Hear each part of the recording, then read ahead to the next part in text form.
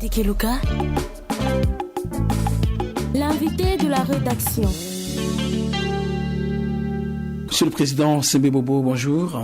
Bonjour. Pourquoi avoir accepté de signer cet accord politique ? J'ai accepté de signer cet accord politique parce que toutes les guerres finissent par signer des accords. Parce qu'on dit qu'il y a un temps pour faire la guerre et un temps pour faire la paix. Donc nous aussi, le moment est arrivé de rester autour des tables pour pouvoir discuter de la paix. Mais quels selon vous les points les plus importants de cet accord ? Les points les plus importants de cet accord, c'est l'intégration de nos hommes dans les forces de l'ordre. C'est ça vraiment le point le plus important de tout ce qu'on avait signé. Et aussi surtout l'intégration ou bien votre entrée dans le gouvernement ? Oui, je peux noter s'il y a beaucoup de points qu'on avait discutés, il y a beaucoup d'articles, mais parce que vous m'avez demandé le point le plus important. Le point le plus important, vraiment, nous veillons à ce que tous nos hommes, les aptes, soient dans la force de l'ordre, c'est-à-dire la FACA. Et donc la question de l'air galant, etc., sera discutée plus tard ? La question, cet accord, tout a été déjà discuté. On n'a rien à discuter. Maintenant, il nous reste l'exécution.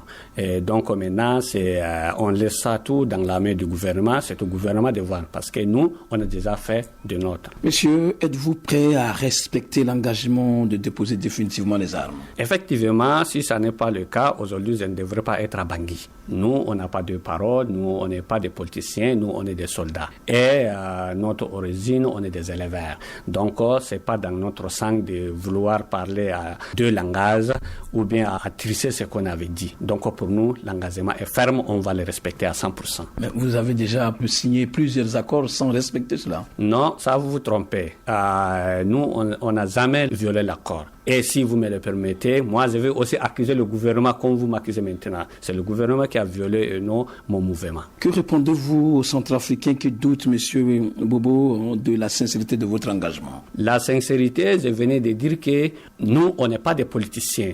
Nous, d'origine, on est des éleveurs. Aujourd'hui, on se retrouve des combattants. Nous étions les combattants juste pour protéger notre communauté qui a été victime des anti-Balaka au passé. Et maintenant, nous ne voyons aucun intérêt de maintenir ces armes, de rester encore dans la forêt pour combattre le gouvernement. Donc, c'est pour cette raison, nous, on a besoin de remettre définitivement ces armes et enterrer la hache de guerre. Exactement, mais vous comptez combien d'éléments au rang des 3R ? Bon, nous parlons d'effectifs exacts, je ne peux pas vous le donner, mais nous comptons au nombre d'environ 6 000 hommes. Sur toute l'étendue du territoire, beaucoup plus dans le nord-ouest ? Dans le nord-ouest, bien sûr. Combien sont prêts à être désarmés, parce qu'il y aura aussi des récalcitrants? Si les conditions sont réunies, nous n'avons pas de récalcitrants. Tout le monde va se désarmer. C'est ce qui va se faire. Ah, Inch'Allah, s'il plaît à Dieu. Mais que devient le mouvement 3R après cet accord? Dissolution ou transformation en parti politique? Après cet accord, premièrement, nous allons décider de dissoudre le mouvement. Et après ça, nous allons créer une organisation non gouvernementale pour protéger notre communauté. Comme je disais, le mouvement 3R a été créé juste pour protéger la communauté Peul. Et maintenant, comme la défense avec les armes ne va pas exister, nous allons utiliser la voie du droit et la voie du devoir et de la diplomatie pour pouvoir résoudre le problème de nos communautés. Oui, donc ça veut dire que vous allez vous positionner en défenseur de la communauté Peul. Effectivement, c'est ce qui va se faire. Mais donc ça veut dire que vous n'avez pas encore confiance totale aux autorités locales, au gouvernement? Qu'est-ce que vous appelez confiance? La confiance est mutuelle. Aujourd'hui en Santa, on a plusieurs organisations gouvernementales. Donc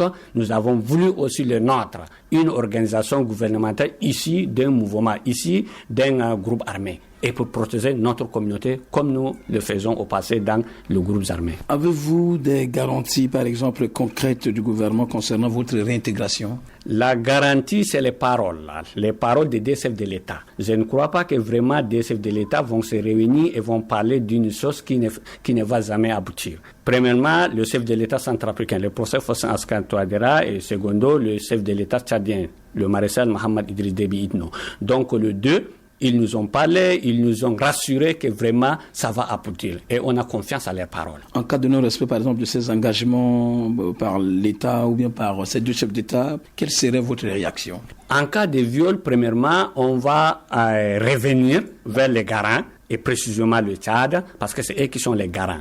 Vers eux, si ça n'a pas marché, il y a l'opinion internationale, ils sont là. Il y a la MINUSCA, il y a la CAC, il y a l'Union africaine, bon, il y a tout le monde. On va aussi faire recours envers eux. Et si ça n'a pas marché, C'est à eux maintenant prendre les responsabilités s'il y a des conséquences. Parce que je suis sûr que s'ils ne respectent pas ces engagements, ces hommes, on ne peut pas les maintenir. Ils vont encore repartir dans la forêt. Et une fois qu'ils repartent, c'est une autre guerre qui va encore se préparer. Et ça serait avec d'autres leaders, mais pas moi. Parce que moi, j'ai déjà signé l'accord, je vais le respecter. Et donc, c'est à gouvernement maintenant de prendre ses responsabilités, ce qui va se passer dans le cas où ces hommes repartent sur le terrain. La société civile et certains proches dénoncent, monsieur, votre nationalité, un Camerounais qui devenait un chef de guerre en Centrafrique et aujourd'hui leader d'un mouvement qui a signé un accord avec le gouvernement. Comment expliquez-vous cela? J'espère que ce cas, vous, en tant que journaliste centrafricain,